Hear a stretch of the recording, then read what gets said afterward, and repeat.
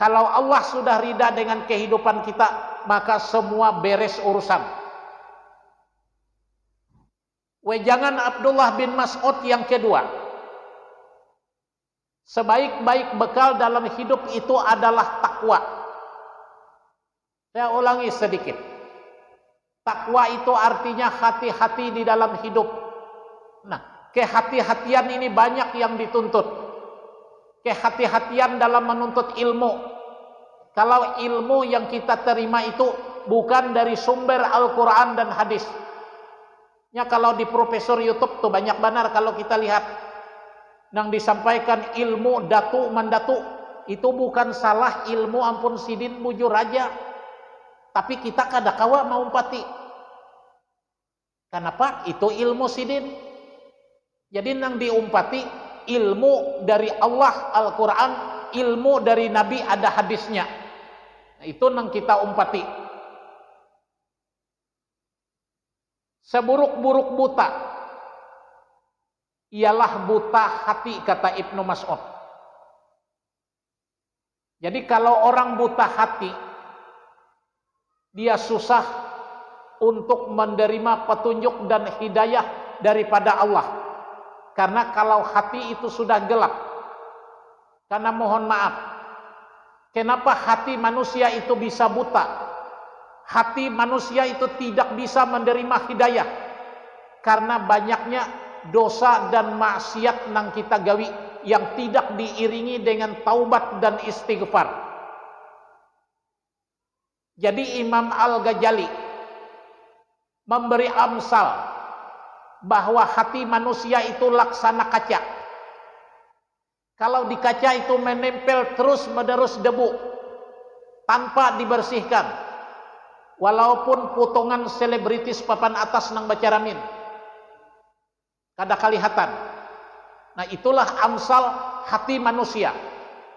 Kalau hati manusia tidak pernah dibersihkan, maka hidayah Allah sulit untuk diterima oleh manusia tersebut.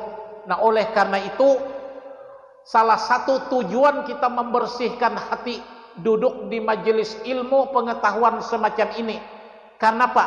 Karena orang yang duduk di majelis ilmu pengetahuan, dosa-dosanya diampuni oleh Allah karena didoakan oleh malaikat Allah. Selanjutnya wejangan Ibnu Mas'ud, sebesar-besar dosa apa adalah berdusta. Innal kadhiba babum min abwabin nifaq. Sesungguhnya berdusta itu adalah salah satu dari pintu kemunafikan.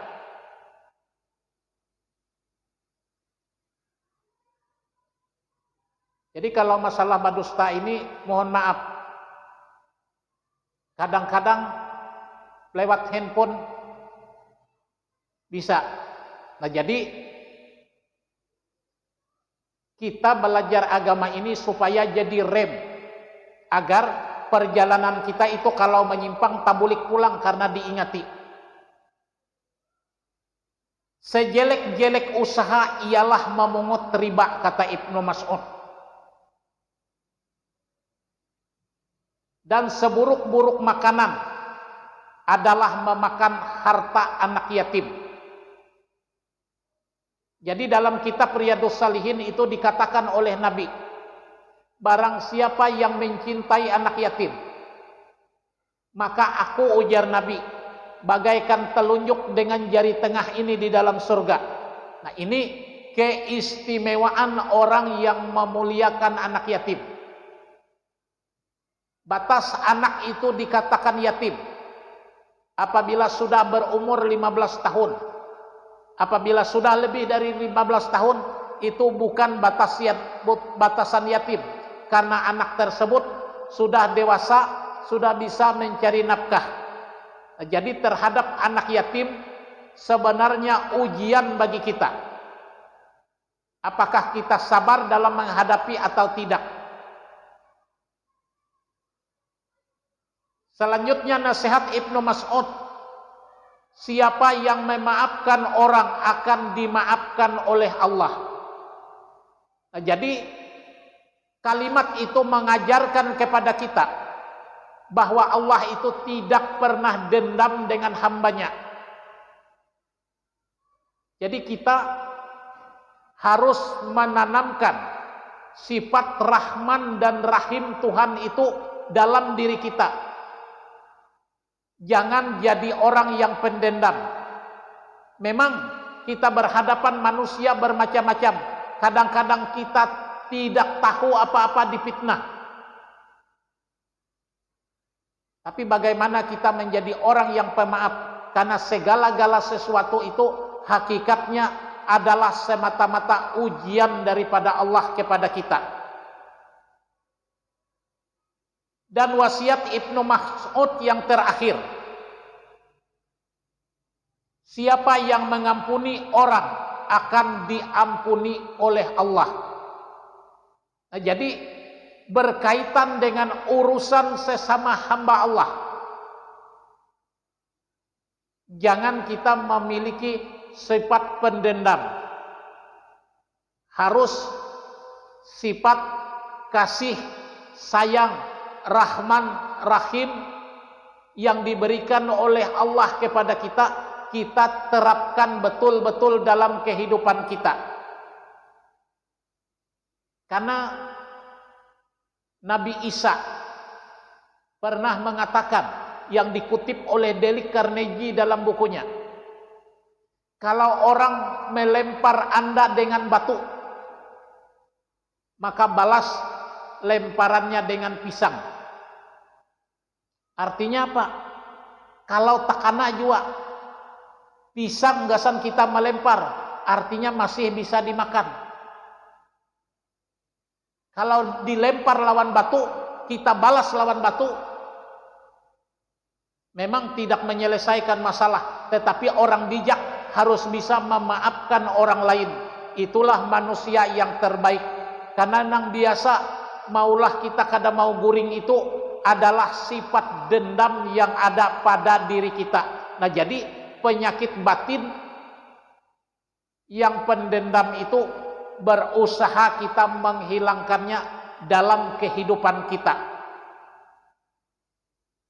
Yang kedua, tangga untuk mencintai Allah tadi di samping mencari ilmu pengetahuan, konsekuensi melaksanakan syariat.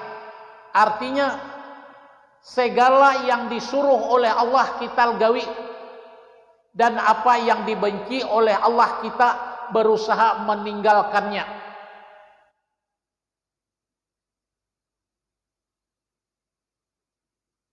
Maka kalau jalan menuju neraka itu rami, tapi kalau jalan kebaikan biasanya kadang-kadang rami. Nah, itu kita harus berusaha mengendalikan diri, melaksanakan apa yang diperintahkan oleh Allah di dalam kehidupan. Yang ketiga, agar kita menemukan cinta dengan Allah, bersikap hati-hati agar tidak tergelincir kepada sesuatu yang menjadi kebencian Allah, sehingga pekerjaan yang makruh sekalipun diusahakan menghindarinya. Apa yang dibenci oleh Allah? Syirik dalam kehidupan, kufur terhadap nikmat Allah, dan salah satu yang dibenci oleh Allah juga apabila dalam segala urusan kita meminta kepada makhluk. Innal ladzina tad'una min dunillah ibadu amsalakum. Sesungguhnya orang-orang yang kamu seru selain Allah itu adalah makhluk yang lemah, yang serupa juga dengan kamu. Al-A'raf ayat 194. Nah, meminta kepada makhluk berbeda dengan minta tolong, minta petunjuk. kepada orang yang bisa membantu memberikan petunjuk. Minta kepada makhluk di sini termasuk yang salah meminta lawan jin, memberi sesajen. Nah, itu dilarang oleh agama. Misalnya percaya kepada perkataan dukun yang katanya ia mengetahui sesuatu yang gaib, padahal sesuatu yang gaib itu semata-mata rahasia Allah. Ini kadang-kadang mohon maaf, kita ini tidak menggunakan logika. Ada pernah terjadi,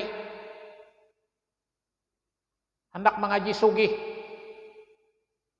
nang didatangi ini napa, rumahnya berumbus, lantainya bila tajajak tajunggit. Ujarku akal nang digunakan. Lamun mengaji sugih itu kayak Haji Lukdi itu ada mengaji cucuk, tokonya berapa. Lamun nang rumahnya hendak roboh datang mengaji sugih itu salah lalu ujarku. Nah, jadi kita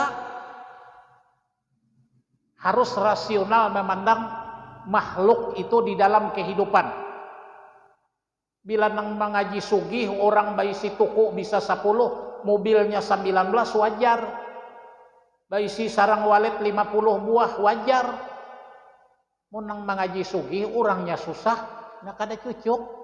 Maka nang malajar nih mau juga. Nah, itu anggarannya ada kepentingan dalam kehidupan. Jadi kita dalam menggawi sesuatu itu gunakan akal. Nang keempat, rumus untuk cinta dengan Allah itu rajin-rajin bercakap-cakap dengan Allah. Nah, bercakap-cakap dengan Allah di sini maksudnya bukan kita bapander Tuhan itu ada bendanya. Man arada ayyuk yukallimillahi falyaqra il Qur'an. Barang siapa yang ingin berbicara dengan Allah, maka bacalah Al-Quran.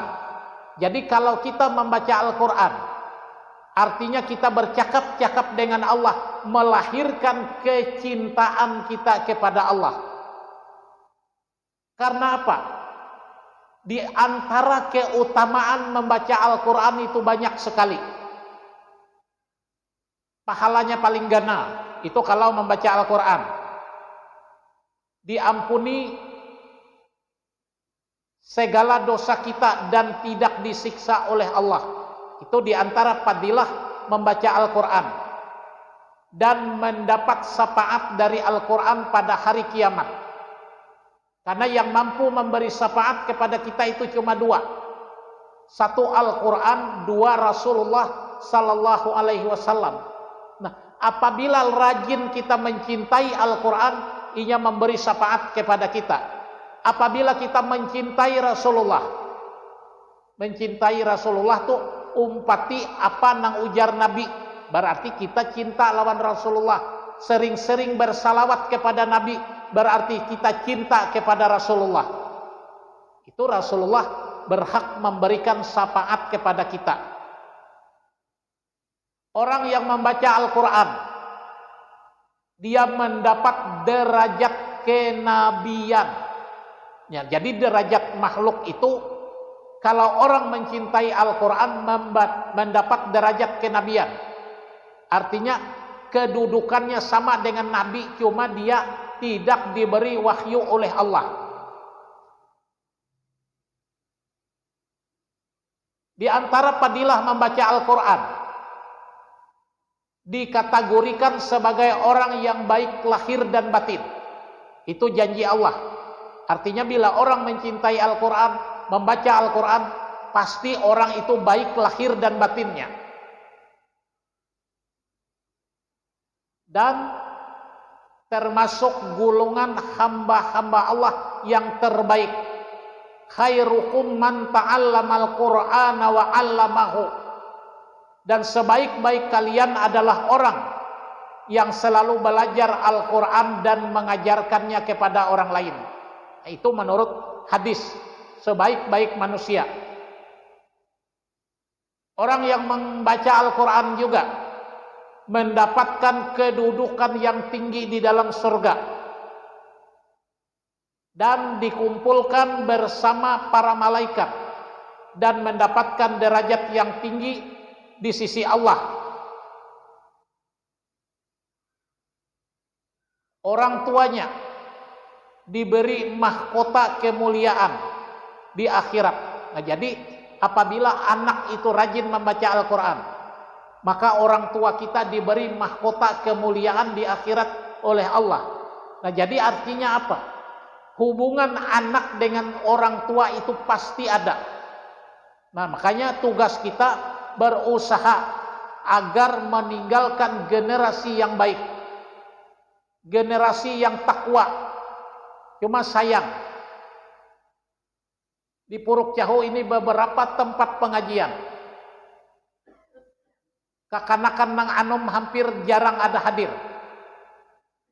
Kalau nang Tuhan ini bujur bekal masuk kubur bujur aja, tapi dari proses keilmuan, istilah paribahasa patah tumbuh, hilang berganti.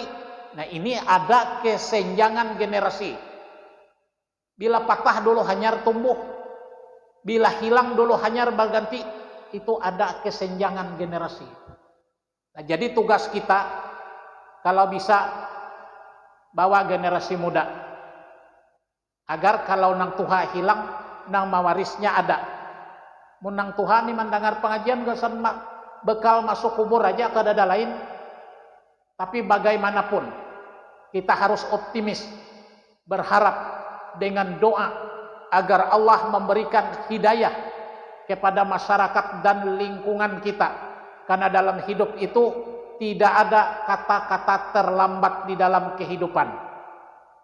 Mudah-mudahan Allah selalu memberikan kepahaman kepada kita. Mudah-mudahan bala dan bencana dijauhkan dari tempat kita. Mudah-mudahan Allah memudahkan rezeki untuk kita. Dan mudah-mudahan di akhir hayat kita menjadi hamba-hamba Allah yang husnul khatimah, dan dikumpulkan kita dengan Rasulullah baik di dunia maupun di akhirat. Hasbunallahu wa ni'mal wakil. Wassalamualaikum warahmatullahi wabarakatuh.